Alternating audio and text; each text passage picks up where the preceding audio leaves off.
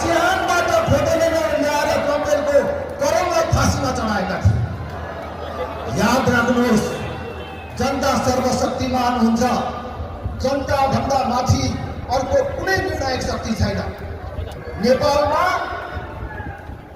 हामीले ठुल्ठुला परिवर्तनहरू हेरेका छौँ।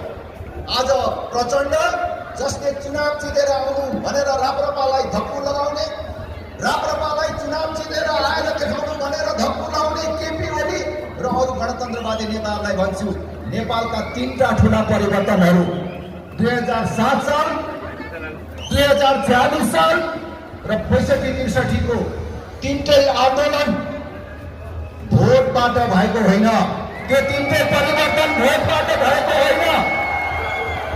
7 सालमा हामी कयौं मानिसहरू जन्मेका थिएनौँ, तर राणा शासनको अन्त्य, राणा शासन राख्ने कि नराख्ने भनेर भोट गरेर भएको थिएन, आन्दोलनबाट भएको छ।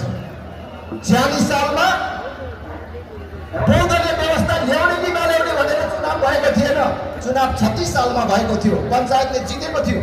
तर 46 सालमा जनताको मतबाट होइन, आन्दोलनबाट बहुदलीय व्यवस्था नेपालमा आयो। 62-63 मा पनि जे परिवर्तन भयो त्यो चुनावबाट भएको